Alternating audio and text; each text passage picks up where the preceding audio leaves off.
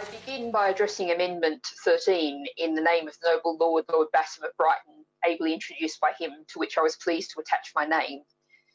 I look at this and I can't but think of the many wearying social media debates I engaged in about how our membership of the European Union did not stop the bringing of disastrously outsourced public services back into public hands. But that's now all history.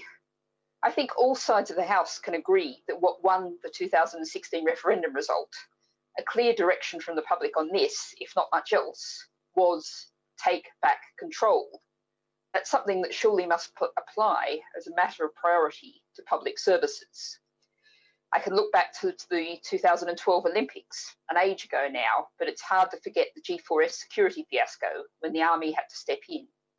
That's what's happened now with our railways, a control that the public has long been asking for. I recall from 2015 that even then a majority of Conservative voters wanted to see our railways run for public good, not private profit. And it's what should happen with the disastrously underperforming COVID test and trace privatised national system. The private sector can always walk away. It makes a mess and leaves the public sector to pick up the pieces. The service users suffer, the providers are loaded with debt, the public pay more, and a few walk away with the profits, usually stashed in a handy tax haven. Given the rigid ideology of the government, I'm not even going to ask the Minister to agree with me, but I will ask the noble Lord the Minister to agree with the idea of democracy, of keeping options open, including the option to take back control of public services.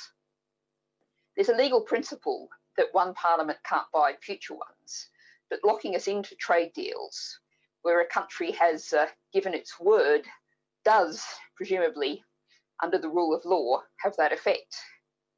The amendment does not force the government to do anything, despite the obvious public good of bringing public services back into public hands. What it does is prevent the closing down of democratic decision-making. It keeps control. So I invite the Minister to tell me why keeping your options open is a bad idea and to support Amendment 13. And I move now to Amendment 51 in the name of the noble Lady Baroness Thornton, who so ably just laid out the detail of that, to which the noble Lords Patel and Fox have already attached their names and to which I was pleased to attach my name too. And there's little doubt that of all the elements of the trade bill, protection of the NHS has attracted the greatest attention. A reminder, as many peers have already reflected in this committee, that trade bills are of far greater public interest and concern now than they were when this House and the other place last considered them. A powerful path for the argument for new systems of oversight equal to those our MEPs enjoyed and that indeed the US Congress regularly utilises. Now, I recall taking part in the group called 999 Call for the NHS 2014 March, which started from Jarrow, following in famous footsteps, though I only walked the Luton to Bedford leg. We stopped for a comfort break at an establishment along the route, and a young man behind the bar asked, "Why are we suddenly so busy?" "We're marching against the privatisation of the NHS," we told him. "What?" he said. "It still says NHS above the door of my doctor's surgery." Of course, we know that that is not true. There is significant privatisation already. To cite just one statistic, 13% of inpatient mental health care beds in England are privately run.